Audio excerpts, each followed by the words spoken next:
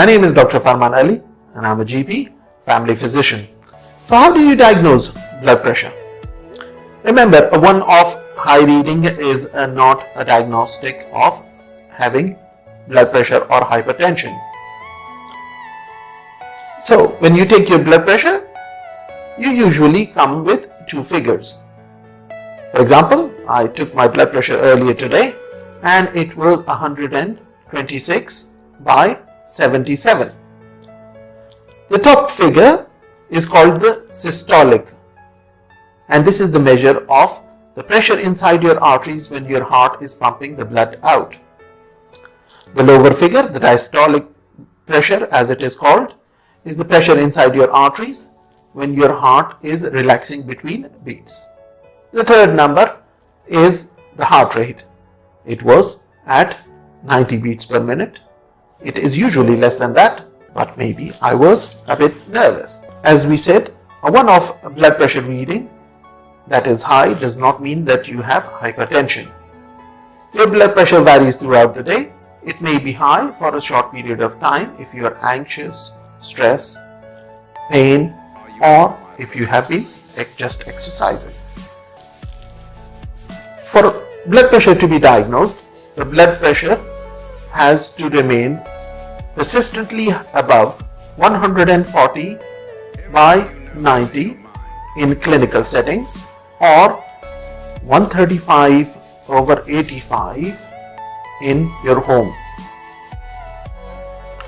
Now, one of the reasons that many people get high blood pressure in clinics is a term called white coat hypertension.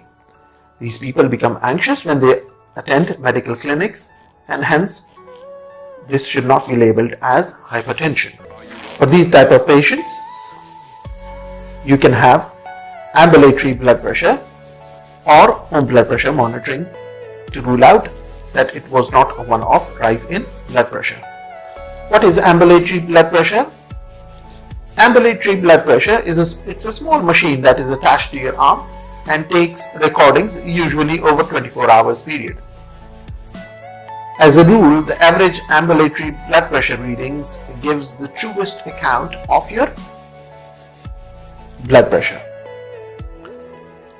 If we can't have that for any reason, home ambulatory blood pressure monitoring is a good alternative to that.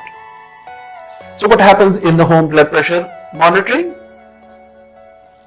You can monitor your blood pressure and record your blood pressure for 7 consecutive days at your home.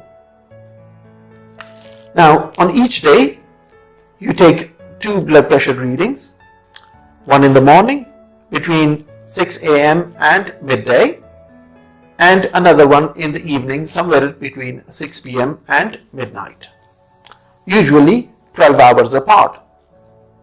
On each occasion, you will take 2 readings, one after another. Give a minute or so in between these readings. Record these readings on a piece of paper, or you can download the chart from many different websites and drop these readings off to your GP. So once you have dropped off these readings to the GP practice, they will take an average out of the blood pressure readings, and if the average is high, they will contact you to diagnose you with blood pressure. If we go back to the diagram, if your blood pressure is less than 140 by 80, you do not need to do anything. Recheck it in 5 years' time. If the blood pressure is higher than that mark, you may be asked to go and do some home blood pressure monitoring.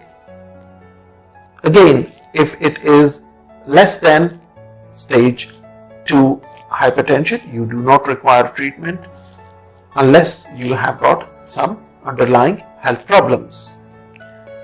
If the blood pressure is more than 180 by 120 on repeated readings in any settings, treatment is commenced straight away. Thank you very much.